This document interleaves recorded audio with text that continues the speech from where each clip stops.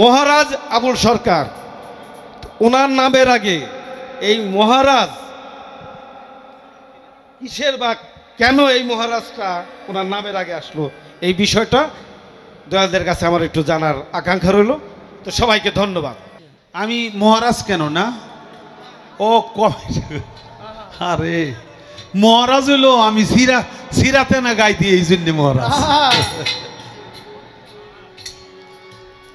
আমার বাজান আব্দুর রশিদ সরকার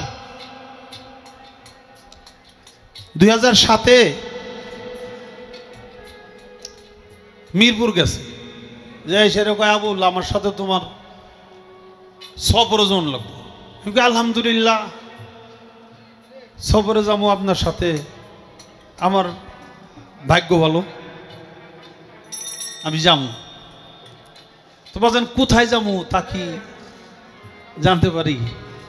কোথায় নিয়ে যাবেন?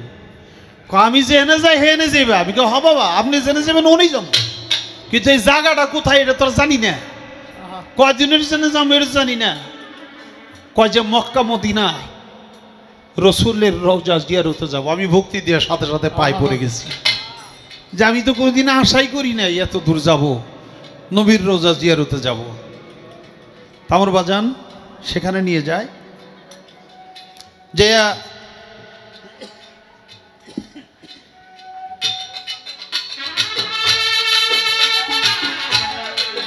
উমরা হজ সম্পাদন করে মদিনা নবীর রওজা জিয়ারত করে জেদ্দাতে বাজানের একটা আস্থান আছে, মদিনাতেও একটা আস্থান আছে আমার বাজানের। সেখানে অনেক ভক্তবৃন্দ বৃহস্পতিবার গুরুবার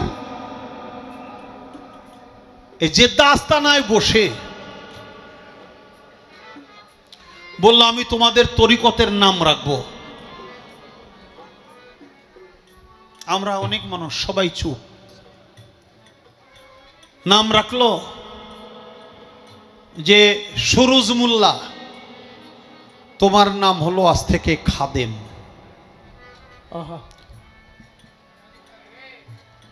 সুরুজ মোল্লা খাদেম, দুনিয়া থেকে চলে গেছে আমার সুরুজ ভাই। আরেকজন ফরিদ ব্যাপারী, বীর মুক্তিযোদ্ধা, সেও দুনিয়া থেকে চলে গেছে। ফরিদ ব্যাপারীরে বললো আজকে থেকে তুমি ফরিদ মাস্তান। সবাইরে বললো আমি যে যে নাম বলি সেই নামেই তোমরা ডাকবা, ফরিদ মাস্তান। তারপরে জিন্নত সাধু, তারে সাধু বলে ডাকে, সে এখনো আছে। ফরিদ মাস্তানও এ দেশ ছেড়ে চলে গেছে পরকালে।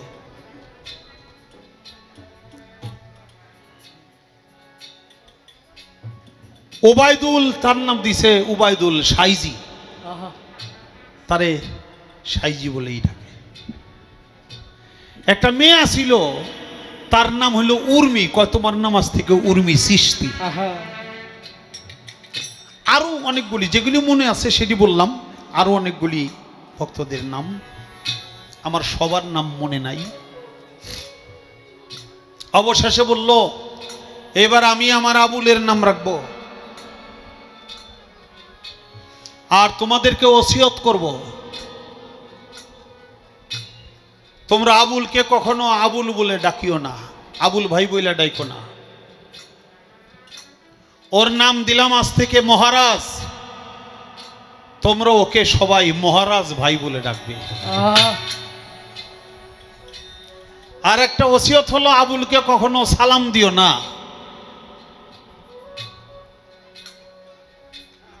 আবুলকে সালাম কইরো, ও তোমাদের সবার বড়। আর যদি কোনো সময় আমি না থাকি, আমাকে দেখার স্বাদ জাগে, তাহলে তোমরা আবুল রে পরাণ ভরে দেখো, তাহলে আমি রশিদকে দেখা হয়ে যাবে।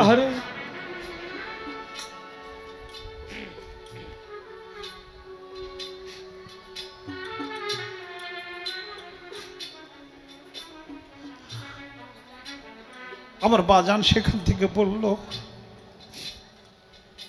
1 মাস 5 দিন ছিলাম, সৌদি থেকে দেশে ফিরছি, আমার মুর্শিদ কেবলা গাউসুল আজম বরিয়াবরি টেলিফোন করছে, আবুল তুমি কেমন আছো? বাজান আপনার দয়া, যাওয়ার সময় তো বলে গেছি আমি তোমাকে খেলাফত দিতে চাই। এটা আমার রশিদ বাবার সব কিছু, আসলে আমার কিছুই না। রশিদ বাবার সেখান থেকে ঘুরে নিয়ে আসলো, আমার মুর্শিদ কেবলাও খাজা বাবার দরবার জিয়ারত করে আনাইছে, সাথে করে নিয়ে গেছে। আমার মুর্শিদ কেবলা নিজে, আমার উস্তাদ নিয়ে গেল, নবীজির রওজা জিয়ারত করাইল, তারপরে মহারাজ নাম দিল। দেশে ফেরার পরে আমার মুর্শিদ কেবলা আমাকে খেলাফত দিল। ইতিহাস এইটুকু, আমি জানি না মহারাজ কেন বলছে। আমার বাজার আমার কত ভালোবাসতো এটা বুঝতে পারি নাই, শুধু ভালোবাসাই তার এই নামটা দেওয়া, কিন্তু আসলে এই নামের ভার আমি বহন করতে পারি না। সে নামের পরেই আমার শরীর থেকে পোশাক খুলে গেল, হাত থেকে আংটি খুলে গেল, গলা থেকে চেন খুলে গেল, হাত থেকে ঘড়ি খুলে গেল, আর কিছুই রইল না। নাম দিছে মহারাজ।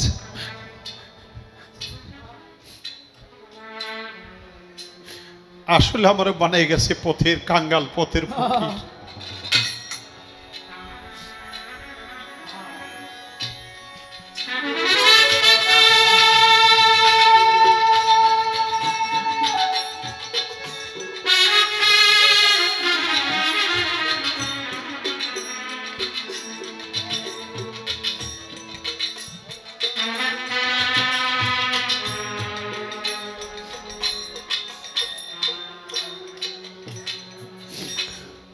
আর কান্দাইবা কতকাল রশিদ সারার কান্দাইবা, কতকাল গেল না তো আমার দুঃখেরই কপাল। আর কান্দাইবা কতকাল হাসি বাবা, আর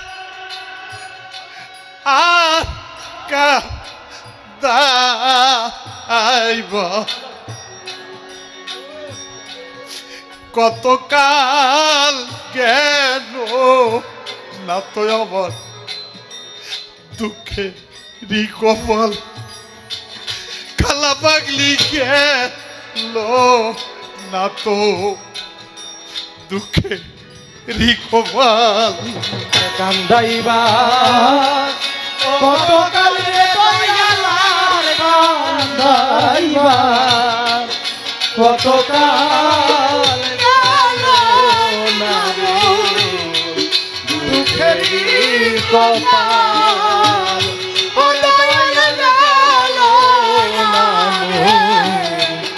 দুঃখের কপাল।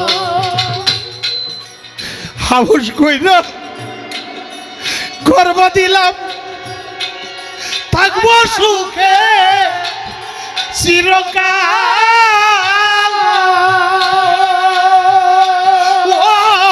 ও বাজার রে, হাউস করে গর্ব দিলাম, থাকবো সুখে চিরকাল।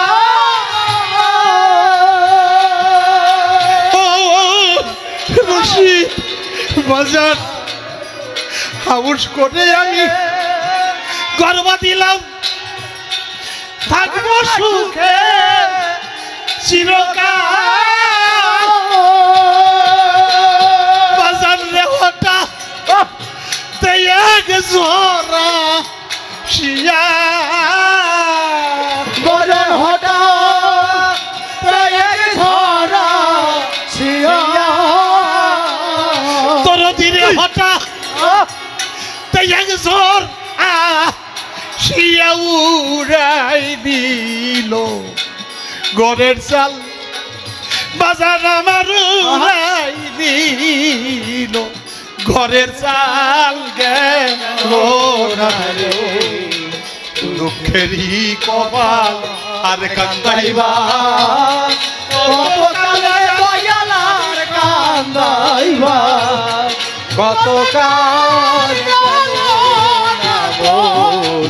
দুঃখেরই কপাল ওরে বাজার গেল না দুঃখেরই কপাল হাউস কইরাই আমি গর্ব দিলাম থাকবো সুখে চিরকাল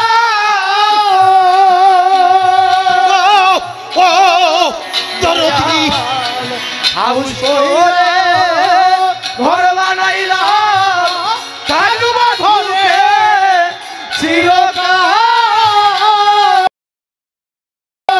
ওরে পাগল হঠাৎ তেইয়াগে জোরা শিয়া ওরে পরে হঠাৎ ঝরা শিয়া কালা পাগলি রে হতা তেইয়াগে জোরা শিয়া উড়াই দিল ঘরের চাল আমার উড়াই নিল ঘরের চাল গেল দুঃখেরই কপাল আর কান্দাইবা কতকাল রে দয়ার কান্দাইবা কতকাল গেল না রে দুঃখেরই কপাল ওরে বাজার গেল না রে দুঃখেরই কপাল হাউস করে আমি গাছ লাগাইলাম খাবো গাছে মিষ্টি ফল ও হাসি বাবা হাউস করে গাছ লাগাইলাম খাওয়া গাছে মিষ্টি ফল ও রশিদ বাবা হাউস করে আমি গাছ লাগাইলাম খাবো গাছে মিষ্টি ফল ওরে বাজার সেই সে বল না তো রীতে ওরে সেই গাছে ফল না ধো রিতে ওরে বাজার সেই সে বল না ধরি তে ভাইয়া পড়লো গাছের ডাল ওরে দিনে ভাই গাছের ডাল গেল না রে দুঃখেরই কপাল আর কান্দাইবা কতকাল রে দয়ালার কান্দাইবা কতকাল গেল না রে দুঃখেরই কপাল দয়াল গেল না রে দুঃখেরই কপাল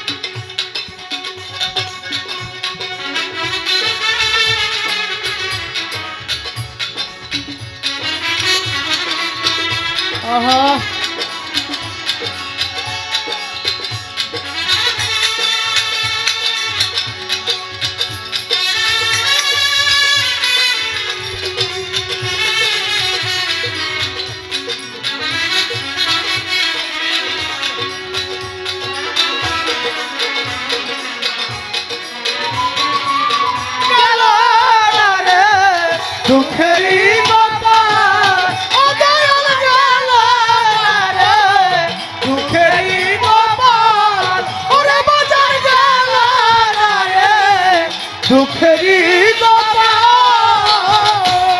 হাউস করে আমি গাছ লাগাইলাম খাবো গাছে মিষ্টি ফল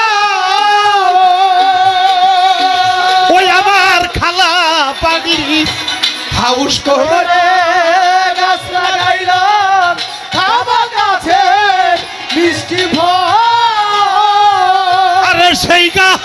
সে ফল না ধরিতে ওরে সেই গালে ফল না ধরিতে তোর দিনের সেই গা সে ফল না ধরিতে ভাইঙ্গা পড়লো গাছের ডাল আবার ভাইঙ্গা পড়লো গাছের ডাল গেল না রে দুঃখেরই কপাল আর কান্দাইবা কত কালে দয়ালা কান্দাইবা কত কাল গেল না রে দুঃখেরই কপাল ও বাজার গেল না রে দুঃখেরই কপাল লাঙ্গল দিলা জুয়াল দিলা গরু দিলা পাইতে